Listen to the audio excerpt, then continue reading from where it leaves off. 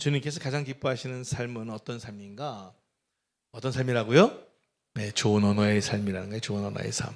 자, 여러분들이 생각하실 때 좋은 언어는 어떤 것들이 있을까요? 한번 몇 가지만 한번 생각나시는 대로 우리 옆에 계신 분들하고 한번 그 좋은 언어로 한번 이렇게 축복을 한번 해보시면 좋을 것 같아요. 한번 해볼까요? 자, 몇 가지 단어로 내가 생각하는 좋은 단어는 어떤 것일까? 이 왼수야. 뭐 이런 게 아니잖아요. 자, 한번 해보겠습니다. 옆에 계신 분들에게 좋은 언어로 한번 축복을 한번 해보도록 하겠습니다. 자, 시작. 예, 네, 사랑함에 나오고 감사합니다라는 거. 예, 예, 뭐 계속 뭐가 얘기들을 하시는데 예, 잘 뭐 정확하게 들리진 않네요. 누구나가 다 알고 있죠. 좋은 언어를 써야 한다는 걸 모르는 사람이 어디 있겠습니까? 그러나 또 어떤 상황과 또 환경과 어떤 그런 주어지는 여건 속에서 좀 쉽지 않을 때도 참 어렵죠. 운동선수가 뭐 축구선수가 골을 했는데 못 넣었어. 중요한 순간에 한국하고 하는데 못 넣었어. 근데 괜찮아. 이런 사람이 거의 없잖아요. 야이 하면서 막 러시아 방언 나오면서 밥만 먹고 뭐 하는데 뭐 이런 얘기 많이 나오잖아요. 이제 막 속이 올라오니까. 예. 그런데 우리가 오늘 이 말씀을 통해서 좀 더 우리 삶 가운데 이 좋은 언어의 삶을 좀 살아간다면 우리가 상상할 수 없는 그런 놀라운 또 그런 축복들이 우리 삶 가운데 열매 맺게 될 줄 믿습니다. 자, 여러분 먼저 우리가 좀 생각하고 싶은 것은 언어를 여러 단어들로 표현할 수가 있어요. 근데 먼저 언어는 씨앗과 같다는 거예요. 씨앗과 같다. 그러니까 입에서 나오는 말이 씨앗이 되어서 그 열매를 먹고 사는 것이 사실 우리들의 인생이라고 말할 수가 있습니다. 그래서 성경은 이 사실을 계속 반복해서 우리에게 가르쳐 주고 있는 거예요. 자, 오늘 본문 말씀 같이 볼까요? 오늘 본문 말씀도 같은 말씀이죠. 오늘 본문의 말씀 다 같이 한번 다시 읽어보도록 하겠습니다. 잠언 18장 20절 21절 말씀이죠. 함께 읽겠습니다. 시작. 사람은 입에서 나오는 열매로 말미암아 배부르게 되나니 곧 그의 입술에서 나는 것으로 말미암아 만족하게 되니라. 죽고 사는 것이 혀의 힘에 달려나니 혀를 쓰기 좋아하는 자는 혀의 열매를 먹으리라. 자, 여기서 강조되는 것이 뭐예요? 입에서 나오는 열매잖아요. 그렇다면 우리 입에서 나오는 열매는 어떻게 만들어지는가? 자, 여러분 열매가 있기 전에 먼저 뭐가 있어요? 나무가 있죠, 나무가. 나무는 그 나무가 있기 전에 나무를 생산해낸 씨앗이 있어요, 씨앗. 그러니까 가장 중요한 것은 씨앗이에요, 씨앗. 그러니까 씨앗이 나무를 결정하고 열매를 결정짓는 것이죠. 그러니까 말은 씨앗과 같다. 그래서 이렇게 표현하는 것입니다. 우리 입에서 만들어내는 생산품이 바로 우리들의 쓰는 말이라는 거예요. 그러니까 생산품의 원재료가 뭐예요? 말이에요, 말. 오늘 본문에 보니까 그의 입술에서 나는 것, 이게 뭘 의미하는가? 그러니까 입술에서 나는 것이 뭐예요? 바로 입술에서 만들어내는 말을 의미하고 있는 것이죠. 우리는 날마다 우리 입을 통해 말을 생산해내고 있다는 것입니다. 우리가 생산해내는 말을 통해서 열매를 맺고 그 열매로 살아가고 있다는 것입니다. 자, 우리가 하는 말이 씨앗이라면 우리가 그 씨앗에서 조금 더 한 걸음 더 들어가 볼 필요가 있습니다. 여러분, 씨앗의 특성 중에 여러 가지가 있죠. 네, 그 중에 첫 번째는요, 씨앗은 사실 힘이 세다는 거예요. 아멘은 아무도 안 하시네. 왜 이렇게 조그만 씨앗이 뭐 힘이 세겠나? 근데 그 이유가 뭐냐면 그 씨앗 속에는 아주 엄청난 미래가 담겨 있기 때문에 그렇습니다. 예를 들어 볼까요? 여러분, 도토리 한 알이 뭐 이렇게 대단하겠어요. 근데 여러분 아시다시피 도토리 한 알이 참나무를 만들어내고요. 결국 거대한 숲을 만들어낸다는 것을 여러분 한번 생각해 보세요. 그러면 우리가 도토리 하나를 심을 때 기대감이라는 게 생길 거 아니겠습니까? 우리가 늘 사용하는 언어도 바로 이 도토리 하나가 같다는 거예요. 우리가 사용하는 언어 속에는 엄청난 그런 미래가 담겨져 있다는 거예요. 그렇기 때문에 좋은 우리가 미래를 원한다면 우리는 어떤 삶을 살아야 돼요? 좋은 언어를 사용하는 그런 삶을 살아야 한다는 거예요. 만족스러운 열매, 복된 열매를 맺고 싶다면 당연히 좋은 언어의 씨앗을 심어야 돼요. 정말 풍성한 삶을 원한다면, 풍부한 삶을 원한다면 우리는 분명히 좋은 언어를 심어야 한다는 것입니다. 그리고 또 기억해야 할 것은 이 씨앗 속에는 성향이 담겨 있다는 거예요. 여러분, 씨앗은 그 종류대로 열매를 맺어요. 자, 질문을 던지겠습니다. 도토리 씨앗은 뭐를 열매를 맺죠? 도토리요. 배 씨앗은 뭘 만들어내요? 당연히 배를 만들어요. 사과 씨앗은 사과를 만들죠. 뭐 물어볼 것도 없어요. 뭐 망고, 수박 다 그 씨앗에 심음으로 그 열매를 맺어요. 결코 배의 씨앗을 심었더니 사과 나왔다 이런 건 없다는 것이죠. 그래서 씨앗은 자기 속에 담겨진 본래의 성향을 따라서 움직인다는 거예요. 그러니까 우리가 하는 말 속에도 성향이라는 게 있잖아요. 그러니까 그 성향에 따라서 내뱉은 말들이 열매를 맺게 되는 거예요. 우리가 하는 말의 종류에 따라서 그 열매를 맺는 거예요. 선한 말을 하면 어떤 열매를 맺어요? 당연히 선한 열매를 맺는 거예요. 악한 말을 하면 어떤 열매를 맺어요?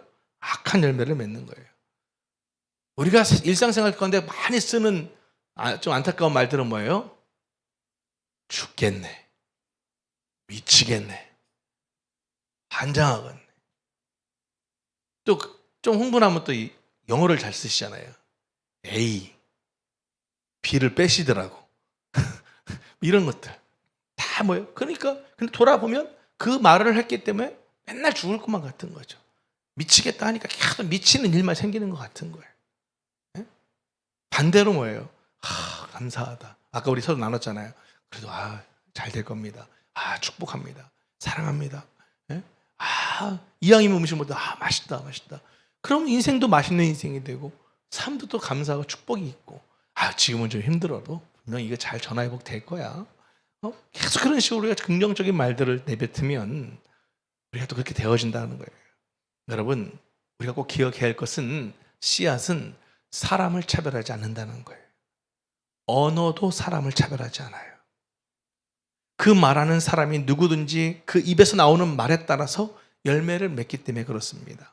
어떤 사람이든지 빈부귀천을 막론하고 그 입에서 나오는 말에 따라서 열매를 먹고 살아가는 거예요. 그 씨앗은 그래서 법칙에 따라 움직인다고 얘기할 수 있는 것입니다. 여러분, 씨앗을 심을 때 먼저 어떻게 해야 돼요? 가장 먼저 해야 될 일이 뭐예요? 땅을 가꾸는 일이에요. 땅을 잘 준비해야만 더 열매를 많이 맺을 수 있는 거예요. 심은 종류대로 거두는 것이 씨앗의 법칙이라는 것입니다. 심은 양에 따라서 거두는 것 또한 씨앗의 법칙이에요. 당연히 많이 심으면 많이 거두는 거고요. 적게 심으면 적게 더 거두는 것이 이거 불변의 법칙이에요. 씨앗의 법칙이 그렇습니다. 또한 심은 것보다 더 많은 것을 추수하게 되는 것 또한 씨앗의 법칙이에요. 여러분, 벼 하나를 심으면 평균 140알에서 180알을 거둘 수 있다고 합니다. 감자 한 쪽이면 60개의 감자를 얻을 수 있다는 거예요. 법칙은 변하지 않는 겁니다. 우리가 이 법칙을 깨트리면 법칙은 우리를 위해서 일해주지 않는다는 것입니다. 심지어 우리가 깨트린 법칙 때문에 인생을 살아가면서 많은 어려움을 겪게 되어진다는 거예요. 여러분 요즘 환경 가운데 여러분들이 쓰고 있는 그런 언어들을 한번 돌아보세요. 나는 요즘 어떤 언어들을 많이 쓰고 있는가? 미치겠다. 힘들어 죽겠네. 아마 대부분의 내 무의식 속에서 나오는 말들이 이런 것이 있고, 왜 나한테만 맨날 이렇게 이러는가? 나는 왜 이러는 거야 도대체? 그리고 또 이렇게 불평불만에 나올 때 가장 조심해야 되는데 그게 안 되는 게 뭐예요? 항상 누구 탓을 해요? 남 탓을 하거든요. 저 사람만, 니만, 너 때문에 내가 이렇게 된 거고, 다 이렇게만 생각하는 거예요. 이게 부정적인, 그러니까 삶이 계속 피폐해질 수밖에 없다라는 거예요. 결코 그것은 주님께서 우리에게 원하시는 삶이 아니라는 것입니다. 그러니까 이게 정말 언어가 능력이기 때문에 내가 얼마나 큰 능력이 있어요. 말한 대로 되어진다고 하는 게 이게 무서운 거예요. 여러분, 그래서 우리가 생각해 봐야 될 게 뭐냐면, 하나님은 언어의 권세로 일을 하셨잖아요. 그런데 그 언어의 권세를 우리 인간에게도 주셨어요. 혀의 권세가 얼마나 큰지 그 권세를 죽고 사는 것의 권세라고 성경은 말하고 있는 거예요. 그러니까 말을 통해서 생명을 살릴 수도 있고 죽일 수도 있다는 거예요. 오늘 21절 보세요. 잠언 18장. 죽고 사는 것이 뭐의 권세에 달렸다는 거예요? 예? 혀의 힘에 달렸다. 이렇게 얘기하고 있어요. 혀를 쓰기 좋아하는 자는 혀의 열매를 먹고 산다. 여러분 여기서 말하고 하는 혀의 힘이 뭐예요? 능력이에요. 혀의 능력을 말하고 있는 거예요. 그리고 그 혀의 능력은 곧 뭐예요? 언어의 능력. 이 언어라는 게 정말 놀라운 능력이 있는 거예요. 어떤 놀라운 능력들이 있을까요? 내가 말한 대로 이왕이면 그 놀라운 능력을 내가 삶 가운데 경험하며 살아가면 얼마나 좋겠습니까? 우리 인생이라는 것이 표현한 대로 되는 거거든요. 말한 대로 되는 거예요. 그래서 대화할 때도 이왕이면 좋은 말을 쓰고 좋게 사람을 격려하고 축복할 때 그 사람의 인격까지도 계속 성장하고 훌륭해지고 이렇게 되는 거 아니겠습니까? 자, 오늘 히브리서 11장 3절 말씀 한번 볼게요. 이렇게 얘기합니다. 믿음으로 모든 세계가 하나님의 말씀으로 지어진 줄을 우리가 어떻게 한다고요? 아나니 보이는 것은 나타난 것으로 말미암아 된 것이 아니니라. 자, 무슨 얘기냐면 말이 있기 전에 생각이 있었다는 거예요. 그러니까 생각은 그림 같은 거잖아요. 하나님은 천지를 창조하실 때 먼저 뭐 하신 거예요? 생각을 하신 거예요. 생각으로 창조하실 천지에 대한 그림을 그리신 거예요. 다시 말하자면 디자인을 하신 것이죠. 그러니까 하나님이 최초의 디자이너신 거예요. 그 디자인 하신 것을 말로 표현할 때 그 표현하신 그대로 천지가 창조가 되었다라는 것입니다. 그러니까 말한다는 것은 생각을 표현하는 거잖아요. 그러니까 생각을 표현한다는 것은 뭐예요? 내가 생각으로 그린 그림을 말로 표현해 나가는 거예요. 그때 창조의 역사가 시작되는 것이고 또 내가 하는 말로 인해서 그 말의 능력이 시작되어진다라고 하는 것을 우리가 꼭 잊지 말아야 됩니다. 말은 그래서 운동력이 있는 거예요. 마치 씨앗이 땅에 떨어지는 순간부터 일을 시작하는 것처럼 말은 표현되는 순간부터 어떻게 돼? 일을 시작하는 거예요. 여기서 우리가 배우는 소중한 교훈은 뭐냐? 우리 인생은 하나님의 말씀과 만날 때 그 말씀을 통해서 새로운 역사의 창조가 시작된다라는 거예요. 오늘 창세기에 보면 이제 아브라함 얘기도 나오잖아요. 자, 우상 숭배자였던 아브라함이 어느 날 하나님을 만났어요. 자, 하나님이 하시는 말씀을 듣게 됐죠. 그러니까 곧 하나님의 말씀과 만난 거예요. 하나님의 말씀과 만난 그날부터 아브라함의 인생이 어떻게 돼요? 새롭게 창조가 되어지는 거예요. 하나님이 아브라함에게 주신 이 말씀은 아브라함의 미래를 새롭게 창조하는 말씀이었어요. 그 생애에 대한 새로운 그림을 그려주신 말씀이에요. 그러니까 말씀을 딱 받는 순간 이제 아브라함의 생애는 말씀대로 그렇게 새롭게 창조가 되어진 것이죠. 마찬가지로 우리 인생에 있어서도 하나님 말씀과의 만남이 중요한 거예요. 하나님 말씀과 만나는 순간 그 말씀이 내 생애 가운데 능력으로 역사하기 때문임을 믿으시기 바랍니다. 매일매일 묵상하는 그 말씀 한 구절이지만 그것은 내 말씀, 하나님 내게 주신 말씀으로 받고 그렇게 살아가려고 딱 몸부림칠 때 그 안에 놀라운 능력들을 경험하게 되는 거잖아요. 복음서로 가볼까요? 자, 제자들이 예수님을 만났을 때 그들은 예수님 말씀과 만나게 되는 거예요. 예수님은 고기 잡는 그들에게 뭐라고 말씀하셨습니까? 마태복음 4장 19절 말씀이에요. 같이 한번 읽어볼까요? 시작. 말씀하시되 나를 따라오라. 내가 너희를 사람을 낚는 어부가 되게 하리라 하시니. 제자들이 이 말씀과 만나는 순간 그들의 인생은 어떻게 해요? 새롭게 창조되는 거예요. 사람은 말씀에 의해 만들어지는 존재라는 사실입니다. 쉬운 말로 표현하면 언어를 통해 만들어지는 거예요. 그래서 여러분 이런 말 많이 들었잖아요. 언어를 뭐라고 표현해요? 존재의 집이다. 이런 표현을 쓰는 거예요. 인간의 존재는 우리가 사용하는 언어 속에 존재하는 거예요. 우리가 사용하는 언어가 우리가 내가 누구인지를 말해주고 있거든요. 장래에 어떤 사람이 될 것인가도 말해주고 있는 거예요. 그래서 중요한 것 중에 하나가 뭐냐? 책입니다. 책. 그러니까 책을 읽는 순간 결국은 언어를 만나게 되는 거예요. 그러니까 새 역사를 창조하는 언어를 만나게 되는 거예요. 그 언어를 자신의 언어로 받아들일 때 바로 그 언어로 나의 인생이 새롭게 창조가 되는 거예요. 그래서 사람들이 이렇게 얘기하잖아요. 책을 누가 만들어요? 사람이 책을 만들어요. 근데 책이 만든 사람이 더 많다는 거예요. 참 멋진 말 같아요. 사람은 책을 만들지만 책이 만든 사람이 더 많다, 이렇게 표현합니다. 그러니까 책이 사람을 만든다는 말은 뭐예요? 책 속에 담긴 언어가 사람을 창조한다라는 것을 의미하고 있다는 거예요. 어디 그뿐입니까? 언어의 능력은 사람을 얻는 능력도 발휘하지 않습니까? 우리는 언어를 통해서 사람들을 감동시키고 감화시킬 수 있어요. 그래서 우리는 언어를 통해서 대화하는 거잖아요. 언어가 의사소통을 하는 거잖아요. 의사소통을 잘할 때 우리 삶이 어떻게 돼요? 풍요로워질 수밖에 없는 거예요. 그 존 밀턴이라는 사람이 이런 표현을 했어요. 의사소통을 잘하면 잘할수록 이익은 더욱 커진다라고 했습니다. 또한 잘 표현된 언어는 어떻게 돼요? 감동을 주잖아요. 네? 감동을 받으면 마음이 어떻게 돼요? 움직이게 되어 있잖아요. 언어가 풍부를 주는 까닭은 언어를 통해서 하나님의 마음을 얻을 수 있기 때문에 그런 거예요. 그래서 늘 우리가 좋은 언어, 그걸 계속해서 쓰는 것이 너무 좋아요. 이거 돈 들어가는 게 아니잖아요. 제가 주중에도 저는 몰랐는데 제가 주중에 이제 제 후배 목사님들하고 오래간만에 이제 제가 어떻게 통화하다가 이제 점심 약속을 하고 이제 금요일 날 이제 유성 쪽에 가서 이제 수제비를 먹었어요.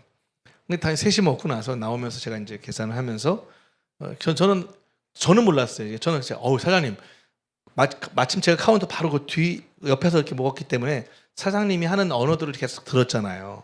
근데 이게 되게 밝으시더라고요. 그래서 저도 이제 하면서 사장님 이게 너무 인상도 좋으시고 그냥 그 말씀하신 걸 제가 들었는데 되게 기분이 좋아지더라. 이 가게가 잘 되는 이유가 다 있는 것 같다고 하면서 했더니 사장님 그렇게 보셨냐고 감사하다고.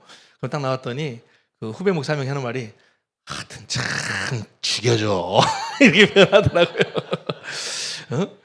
그래서 그래? 그리고 이제 얘기를 했더니 그걸 자기도 뭐 여러 번 봤다는 거야. 그러니까 형하고 밥을 먹고 나갈 때마다 항상 그렇게 한다는 거예요. 저는 그게 이제 제 무의식 쪽에도 있잖아요. 그러니까 늘 어느 식당을 가든 누구를 만나든 간에 이게 뭐 카페를 가더라도 이렇게 항상 저는 그런 얘기를 하거든요. 정말 마음을 다해서 때로는 근데 힘들 때도 있어요. 한 번은 카페를 갔는데 어떤 청년이에요. 남자 청년인데 제 눈에는 잘생겨 보이더라고요. 그래서 이제 우리 너무 잘생기신 것 같아요. 그랬더니 반응은 없어. 쳐다보더라도 할 텐데 안 쳐다보더라고요. 그래서 안 들렸나 해서 진짜로 저 진심으로 하는 얘기예요. 너무 잘생기신 것 같아요. 대꾸가 없어. 깜짝 놀랐어요. 제 마음속에서 이런 이게 나오더라고요. 사람이 좋게 표현하면 쳐다보기를 해야 될 거 아니야. 안 쳐다보니까. 제가 오히려 반대로 당황이 될 때도 뭐 간혹 그럴 수도 있지만 가급적이면 좋은 말, 이 양이 맛있게 먹었다고 표현하고 맛있게 먹었다고 하고 그런 부분들. 또 한 번은 또 갑자기 그 생각도 나네요. 또 우리가 삶을 살면서 별거 아니지만 그런 것들이 참 되게 그런 감동에 순종할 때 되게 좀 그때도 아마 전사님들하고인가 칼국수를 또 먹으러 갔던 것 같아요. 제 기억에. 그런데 좀 있으니까 119 이제 소방대원 어떤 여자분하고 남자분하고 두 분이 들어오셔서 이제 좀 뒤 테이블에서 이렇게 칼국수를 주문해 드시더라고요. 근데 나가는데 왠지 그냥 또 그 코로나 기간이기도 하고 하니까 좀 더 이렇게 마음에 그런 마음이 있어서 사장님한테 저분들과까지 제가 같이 이렇게 좀 계산 좀 하겠다고 그래서 또 계산을 이렇게 했어요. 그랬더니 사장님이 바로 또 얘기를 하시더라고요. 저희 사장님께서 이렇게 계산해 주셨다고 하는데 그 여자분이 막 화들짝 놀라면서 아닙니다 하면서 막 울컥하면서 이렇게 되게 감동을 받으시더라고요. 여러분 우리가 참 별거 아닌 것 같지만 이렇게 어떤 것들을 표현해 나갈 때 그 표현하는 걸로 인해서 상대에게 되게 좋은 그런 말들의 인상을 심겨줄 수도 있고 또 그에 필요한 삶 가운데 좋은 영향분을 줄 수 있지 않겠는가 그런 생각을 가져요. 제가 어제 아내가 저한테 밤에 또 이렇게 카톡을 하나 올렸어요. 그래서 가족방에 올렸길래 저는 그걸 오늘 아침에 봤거든요.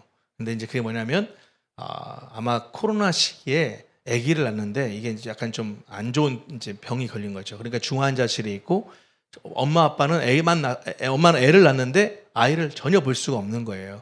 그러니까 이제 병원에서 공폰을 하나 가져오면 하루에 한 번씩 이렇게 영상으로 아기를 볼 수 있게 그렇게 해드리겠다고 했는데 그래서 갖다 들었는데 생각도 안 하는 데가 뭐가 있고 알림이 울리더래요.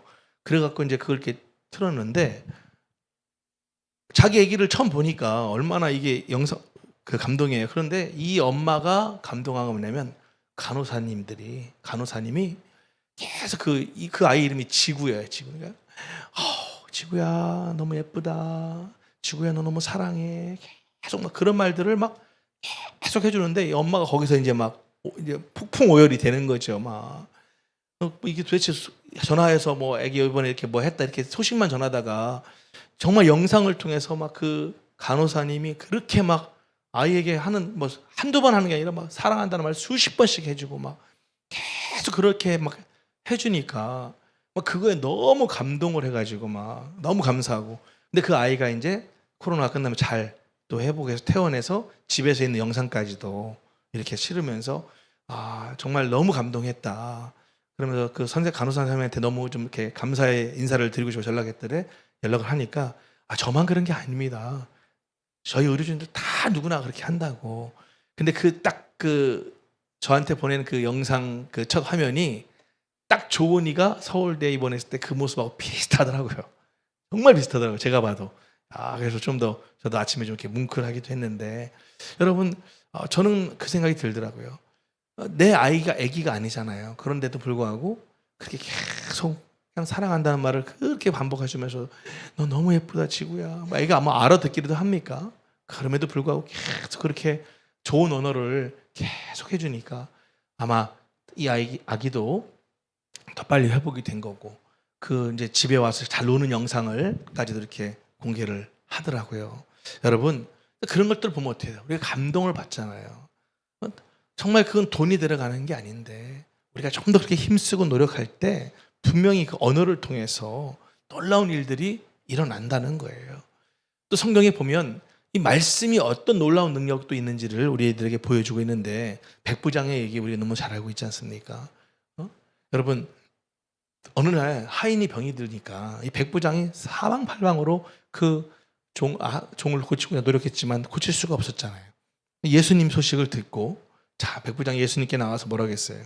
내 하인이 중풍병으로 집에 누워서 몹시 괴로워하고 있다. 그 예수님께서 그래 가자 내가 고쳐줄게 이렇게 이제 말씀을 했어요. 그러니까 그 말씀을 들은 백부장이 예수님께 뭐라고 했습니까? 마태복음 8장 8절이에요. 백부장이 대답하여 이르되 같이 읽어볼까요? 주여 내 집에 들어오심을 나는 감당하지 못하겠사오니 다만 말씀으로만 하옵소서. 그러면 내 하인이 낫겠사옵나이다. 할렐루야. 예수님이 백부장의 그 믿음 곧 말씀의 능력을 믿는 믿음을 보시고 칭찬하시면서 치유해 주신 것입니다. 복음서에는 그런 장면들이 너무 많이 나오잖아요. 마태복음 8장 16절에도 보면 저물매 사람들이 어떻게 귀신 들린 자들을 많이 데리고 예수님께 오거늘 예수께서 말씀으로 귀신들을 쫓아내시고 병든 자들을 다 고치셨다는 거예요. 여러분 말씀이 병든 자를 고치심을 믿으시기 바랍니다. 말씀의 능력이 그런 거예요. 절망 중에 있는 사람에게 희망을 주는 것이 그 말씀이에요. 좌절한 사람을 다시 일으켜 주는 것이 말씀입니다. 그리고 때로는 우리 짧은 그런 한마디의 말로 사람을 다시 살려낼 수 있다라는 거예요. 잠언은 그래서 이렇게도 표현합니다. 이 12장 18절에 보면 칼로 찌른 같이 함부로 말하는 자가 있거니와 지혜로운 자의 혀는 뭐와 같다는 거예요? 양약과 같다는 거예요. 양약과 같다는 거예요. 양약. 여러분의 입 안에 양약이 있고 독약이 있어요. 어떤 약을 쓰시겠냐는 거예요. 우리 믿는 사람들은 어떤 약 써야 돼요? 양약 써야 되는 거예요. 양약 써야 돼요. 그러면 사람이 살아나는 거예요. 근데 안타깝지만 우리가 한번 돌아보세요. 독약을 쓸 때도 있잖아요. 그래서 사람에게 상처를 주기도 하고 관계가 깨지기도 하잖아요. 우리 상처의 대부분이 결국은 뭐예요? 언어예요. 언어. 부부간의 상처 다 언어고요. 가까운 사람들과의 관계가 깨어지고 뭐 상처받는 건 결국 다 언어예요. 칼로 찌른 같이 함부로 말하는 그 언어 때문에 상처를 받고 고통받는 사람들이 너무 많은 거 아니겠습니까? 그럼 이 상처를 치유하는 길이 뭐라는 거예요? 결국 좋은 언어예요. 상처를 능히 치유할 수 있는 언어가 무슨 언어예요? 사랑의 언어예요. 격려의 언어들인 거예요. 위로하고 축복하는 그런 언어들인 거예요. 여러분 돌아보세요. 결국 인생의 많은 문제가 뭐 때문에 발생을 하는지 다 언어 때문에 그래요. 언어 때문에. 우리의 언어가 병들고 부정적이면 우리 인생에 계속 많은 문제가 생겨나는 거예요. 남을 욕하고 그냥 비방하고 남을 쓰러뜨리는 그런 언어들 다 병든 언어예요. 병든 언어들. 무엇인지 할 수 없다고 말하는 부정적인 언어도 병든 언어입니다.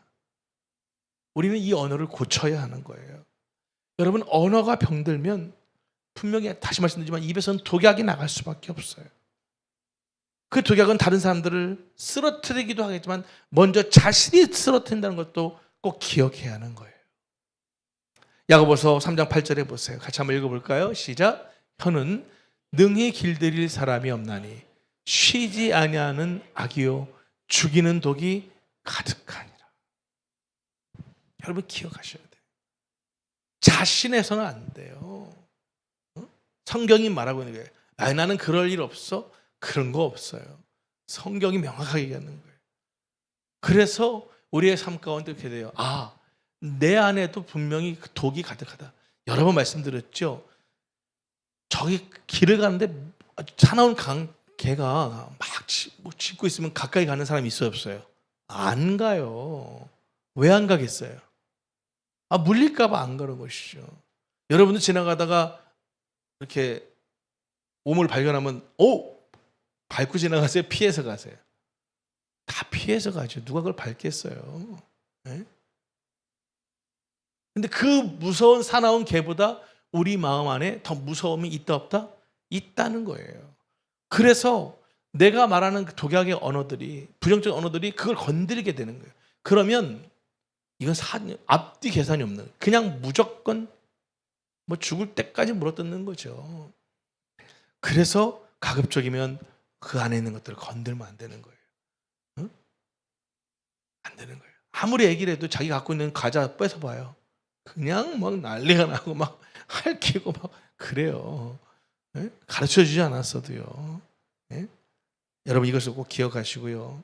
아, 내 안에도 이런 언어가 있음을 기억하고 그 언어가 나오지 않게끔 또 상대방의 안에도 그런 언어들이 있기 때문에 독약 같은 언어들이기 때문에 그것이 나오게끔 하지 않기 위해서도 노력해야 된다는 거예요. 그렇게 되어져야 어떻게 돼요? 이제 우리 삶 가운데 더욱더 평안하고 기쁨을 그런 삶을 살아갈 수가 있다라는 거예요. 어디 그뿐입니까? 또 이 결국은 뭐예요? 이 언어가 믿음으로도 성화되지 않습니까? 마가복음 11장 23절 보세요. 내가 진실로 너희에게 이르노니 누구든지 이 산더러 들리어 바다에 던져지라 하며 그 말하는 것이 이루어질 줄 믿고 뭐하면? 마음에 의심하지 아니하면 그대로 된다는 거예요. 믿으시면 아멘. 우리가 마음에 의심치 않고 확신을 가지고 말을 하면 이런 산도 움직이는 놀라운 역사가 나타난다는 거예요. 그래서 정말 이 언어라는 것이 놀라운 사랑의 힘인 것입니다. 다르게 표현하면 감정의 힘이기도 한 것이죠. 강한 에너지이기도 합니다. 잠깐만 사랑을 표현할 때 그 속에서 강한 에너지가 분출되는 것을 우리가 삶 가운데 볼 수 있는 것입니다. 그리고 계속 감동을 주는 말을 해야 되는 이유는 뭐예요? 그 감동을 주는 언어로 우리의 마음을 계속 터치를 받을 수 있기 때문에 그래요. 아무래도 여러분도 그렇잖아요. 누가 옆에 여러분들에게 격려의 말을 하고 감동을 주는 말들을 들으면 마음이 어떻습니까? 움직이잖아요. 아이 그래 이렇게 하자 이렇게 하자. 그렇게 되어지는 것이죠. 응? 여러분 노래를 하거나 연주를 할 때도 그 노래의 가사에 담긴 곡조와 담긴 감정을 드러낼 때 그 노래에 힘이 있고 감동이 있잖아요. 여러분들 노래 듣다가 갑자기 눈물이 나고 그러니 왜 그래요? 그 공감이 되니까 그런 거예요. 근데 아무 감정 없이 아무리 연주하고 뭐 노래한다고 해서 그 뭐 감동이 되나요? 안 되는 거죠. 여러분 정말 이 시대는 노래 잘하는 사람이 너무 많은 것 같아요. 근데 딱 들어올 때 어때요?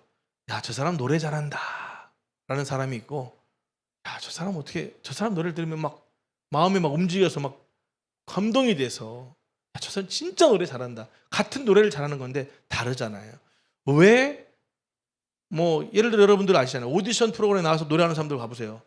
다 정말 엄청난 유명한 가수들이 다 돼야 되는 거잖아요. 그런데 그들은 왜 그렇게 유명하고 잘 나가는 가수들이 못 되겠어요? 노래는 잘해요. 그런데 사람들의 마음을 움직이지 못하는 거예요. 그러나 우리 여러분들 가수들 중에 여러분들이 좋아하는 가수들 다 있을 거예요. 그들은 왜 그래요? 그가 노래하면 그 마음을 실어서 그걸 막 표현해내니까 공감이 되니까, 예? 이게 막 같이 눈물 되고 그 노래를 들으면서 막 위로가 되고 격려가 되고 막 이렇게 되어지는 거 아니겠습니까? 예?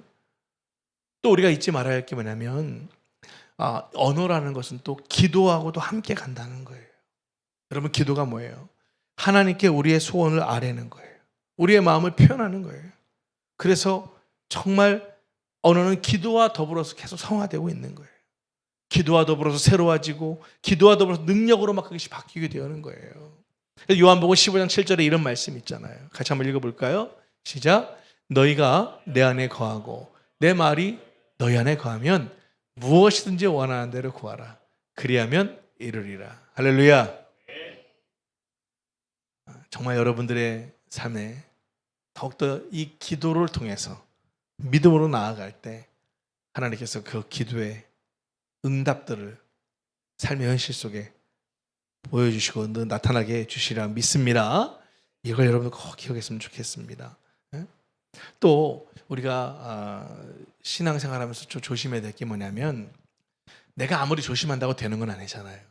때로는 상대의 어떤 그런 말 때문에 내 마음이 막 상처를 받기도 하고 기분이 상하기도 하고 막 공격을 받을 때 참 힘듭니다. 그러나 성경은 우리에게 뭐라고 얘기합니까? 이렇게 얘기합니다. 베드로전서 3장 9절 말씀이에요. 같이 한번 읽어볼까요? 시작. 악을 악으로 욕을 욕으로 갚지 말고 도리어 복을 빌라. 이를 위하여 너희가 부르심을 받았으니 이는 복을 이어받게 하려 하심이라. 여러분, 이걸 쉽게 설명하면 이거예요. 화나는데 내가 한번 차보니까 하나님께 통장에 100만 원 쏴줘. 그러면 뭐 야 인간아 뭐 어쩌고 저쩌고 하고 막 인신공격을 들어도 여러분 어떻게 해야 돼요? 더해. 참으면 막 100만 원씩 계속 쌓이니까 막 돈만 생각해도 막 그런데, 제가 말씀드렸잖아요. 주일날 이제 지금 온라인상이지만 제가 교회 현장 예배 나오시는 분들에게 인원수에 맞춰서 인당 10만 원씩을 드리겠습니다 라고 제가 오늘 이 시간 딱 발표하잖아요. 다음 주부터 그렇게 하겠다고 2시간 전부터 인산이 납니다. 이 앞에 막 동네 여기 난리 날 겁니다. 난리 날 거예요. 10만 원씩 준다는데 난리 나지 않겠어요? 여기 막 서로 들어오려고. 목사님 교회 어디 있대? 예배 드리러 오면 10만 원씩 준대. 해봐, 난리 나지 마.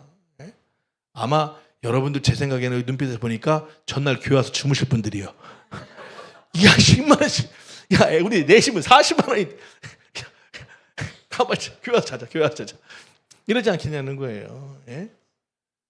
그런데 여러분 생각해 보세요. 내가 좀 기분 나쁜 소리를 듣고 마음이 좀 상해도 그거를 다 끝나고 복을 빌어줄 때 천국 10만 원, 100만 원의 문제겠어요. 천국에 상급이 쌓인다잖아요. 할렐루야. 결국 누구 좋으라고 하는 거예요? 나 좋으라고 하는 거 지금 말씀하시는 거예요. 복을 빌어주라는 거예요. 결국은 그걸로 인해서 내 삶에 풍성한 열매를 맺으며 살아갈 수가 있기 때문에 그렇게 말씀하시는 것입니다. 여러분, 결단하는 게 문제인 거예요. 내가 이렇게 살아가겠다 결단하면 그렇게 그런 말들을 하고 살아가는 거예요. 그러나 그렇게 결단하지 않으면 또 계속 또 그렇게 불평불만하면서 막 그렇게 살아가는 인생이 되어지는 거예요. 가족 얘기 잘 안 하려고 하는데 하나 좀 마무리하면서 좀 말씀을 정리할까 합니다. 또 공개적으로 사과할 필요도 있겠다 싶어서요. 조은이가 주중에 방학을 했어요. 근데 이제 기말고사를 많이 못 봤다는 얘기를 했었거든요. 그래서 이제 그랬나 싶은데 이제 방학했다고 하니까 제가 전화를 했죠, 집에서. 어떻게 조은아 성적표 나왔어? 했더니 안 나왔대요. 그래서 야, 성적표가 중간고사 때도 성적표가 나왔는데 기말고사를 봤는데 왜 성적표가 안 나와? 방학기엔 당연히 나오는 거지 했더니 100%안 나왔대요. 근데 안 믿어지더라고요. 그 말을 믿었어야 되는데 선생님 전화번호 보내. 그랬더니 이제 주원이가 카톡으로 선생님 전화번호를 보냈어요. 사실 여러분 같아도 믿어지겠습니까? 그게? 아니 방학 때면 당연히 성적표가 나오는 거지. 근데 안 나왔다고 하니까 이 녀석이 뭐 얼마나 못 봤길래 성적표가 안 나왔다고 거짓말을 하나 싶은 생각이 드니까 100%라는데 이게 또 사실 뭐 저도 그럴 때가 어릴 때가 많기 때문에 어머니가 한번 그러시더라고요. 야, 너는 니네 학교는 시험을 보는데 성적표가 안 나오냐? 아니 뭐. 그래서 제가 한번 그런 적 있어요. 어머니 보면 더 열받으세요. 야, 보지 말고 도장이나 놔주세요. 그 당시에는 도장 찍어서 가져가야 되니까 보면 어머니 흥분하시고 괜히 몸에 건강이 안 좋아요. 도장이나 놔주세요. 그래서 아예 안 보여드렸는데 어쨌든 선생님 전화를 했습니다. 선생님이 여자 선생님인데 좀 어린 목소리 여보세요 하면서 받으시더라고요. 그래서 저 안녕하세요 선생님, 저 조은이 아빠입니다 했더니 어머 아버님 하면서 이제 얘기를 하는 거에서 저희 또 한 학기 너무 수고 많으셨다고, 조은이가 좀 까불까불하고 그래서 아마 선생님 좀 신경 쓰셨을 텐데 어쨌든 이렇게 잘 조은이가 늘 보면 선생님 너무 잘해주신다는 얘기 여러 번 했다고 했더니 선생님 하시는 얘기가 아니에요 아버님, 조은이 같은 아이만 있으면 제가 뭐 아무 걱정 없이 너무 재밌게 생활할 것 같다는 거야.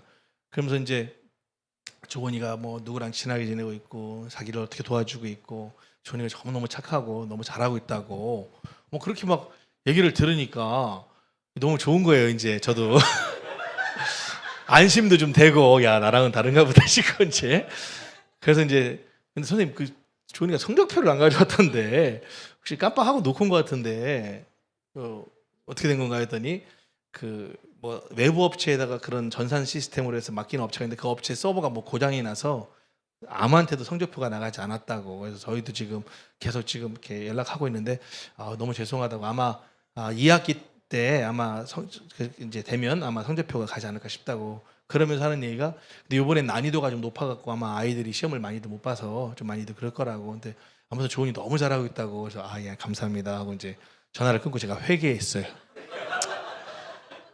조은아 미안하다. 예, 여러분 부모님들은 아이들의 말을 믿어줘야 됩니다.